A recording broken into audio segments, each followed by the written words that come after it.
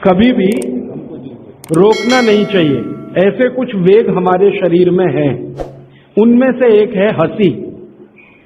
अगर आपको सहज रूप से हंसी आ रही है तो बिल्कुल मत रोकिए, खूब जोर से खिलखिलाकर हंसिए अगर हंसी आ रही है।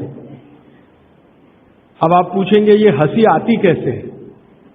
ये जो हंसी है इसके बारे में भागवत जी ने बहुत विस्तार से व्याख्या की है कि ये शरीर के अंदर कुछ रसों का प्रभाव है। आज की भाषा में हम अगर कहें तो कुछ एंजाइम्स हैं और कुछ हार्मोन्स हैं जिनके चलते ये हंसी आती है। और ये एंजाइम्स और हार्मोन्स शरीर की अलग अलग ग्रंथियों से उत्पन्न होते हैं। जैसे हमारे शरीर में ये मस्तिष्क में एक पीनियल ग्लैंड है, उसमें से जो रस उत्पन्न होता है, मैं रस ही शब्द इस्तेमाल करूंगा, हार्मोन्स और एंजाइम्स में कंफ्यूजन हो जाता है। तो पीनियल ग्लैंड में जो रस उत्पन्न होता है ये बहुत मदद करता है हंसने में। आप बोलेंगे जी हंसते समय ही ये पैदा होता है। हाँ, लेकिन इसके बारे में भागवत जी ये कहते हैं कि पहले ये रस पैदा होगा, बाद में हंसी आएगी। ये रस कहां से पैदा होता है? तो कहते हैं भावना से। आपकी भावना है तो ये रस उत्पन्न होगा, और ये सेकंड्स में होता है, सेकंड्स के फ्रैक्शन में होता है। कोई भावना आपकी ऐसी बनी, रस उत्पन्न हुआ, तुरंत आपने हंस दिया, तो वो कहते हैं हंसी आए तो कभी भी नहीं रोकना चाहिए। लेकिन आगे का सूत्र है जो बहुत महत्व का है, जबरदस्ती कभी भी नहीं हंसना चाहिए। जबरदस्ती कभी भी नहीं हंसना चाहिए, क्योंकि उस समय जो आप हंसेंगे वो मैकेनिकल हंसी होगी।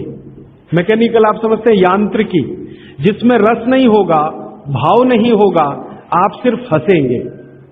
तो कहते हैं बिना भाव और बिना रस की जो हंसी है वो शरीर को कोई लाभ नहीं देगी। अब मैं आता हूं थोड़ा आपको समझ में आए इस दृष्टि से। आजकल भारत में बहुत जगह लाफिंग क्लब्स चलते हैं, आप भी हो सकता है जाते हो। तो लाफिंग क्लब्स में जो हंसी है वो पूरी तरह से यांत्रिक है, मैकेनिकल है।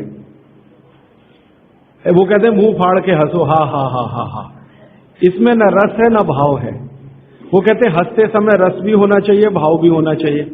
हाँ, ये जरूर है कि उस लाफिंग क्लब में आपको कोई जोक सुनाकर हंसी आती है, या उन्होंने कोई एक्टिंग की और उस पर आपको हंसी आती है, वो ठीक है।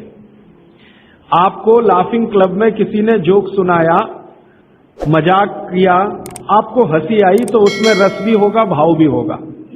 लेकिन ये मुंह खोल के हा हा हा हा करेंगे, ना रस होगा ना भाव होगा। तो इससे बचें, क्योंकि इससे तकलीफ आएगी। फिर बिना रस और बिना भाव की जब हंसी आप हंसेंगे तो पेट में दर्द होगा,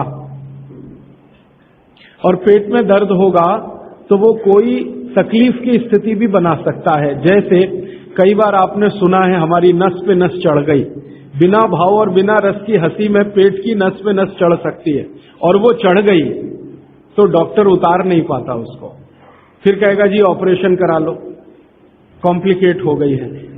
तो बिना रस और बिना भाव की हंसी कभी भी ना हंसें। लेकिन रस और भाव के साथ हंसी आ रही है तो बिल्कुल ना रोकें, जरूर हंसें।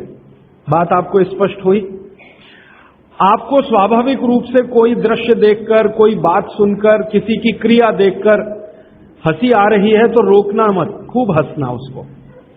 और बिना भाव, बिना रस, बिना क्रिया के कोई हंसी करने की कोशिश कभी आप करना मत। वो कहते हैं कि सम में रहिए, मध्य मार्गी बनिए।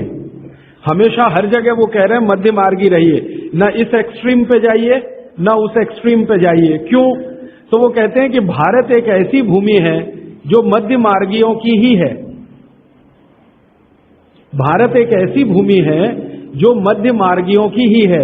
आप ना इस एक्सट्रीम पे जा सकते हैं ना उधर। अगर इसको आज की भाषा में कहूं, ना ज्यादा लेफ्ट जाइए ना ज्यादा राइट जाइए, सेंटर में रहिए, बीच में रहिए। और कृष्ण भगवान गीता में बार बार यही कह रहे हैं, ना ज्यादा भोगी बनो ना ज्यादा त्यागी बनो, मध्य मार्गी रहो। तो भारत में कृष्ण ने कहा और बागभट्ट ने कहा, या कभी श्री राम कहते हैं लक्ष्मण को, ये सब भारत के तासीर और मौसम के हिसाब से कहा है। आप जो है अगर यूरोप में है और अमेरिका में है तो आइदर लेफ्ट और आइदर राइट जाने के लिए छूट है, भारत में नहीं। तो इसलिए हंसी के मामले में, भोजन के मामले में, क्रियाओं के मामले में, किसी भी मामले में ना तो लेफ्ट जाइए बहुत, ना तो राइट जाइए, बीच में रहिए। तो हंसी के बारे में भी उनका यही है कि यांत्रिक हंसी माने एकदम एक्सट्रीम लेफ्ट कभी भी मत करिए, और हंसी को रोकिए भी मत, वो एक्सट्रीम राइट, बीच में रहिए। आई तो हंस लिए, ये तो हमेशा नियम के रूप में है। और यही नियम आगे भी है। वो कहते हैं हंसी को रोकिए मत, ये एक वेग है, कभी भी मत रोकिए।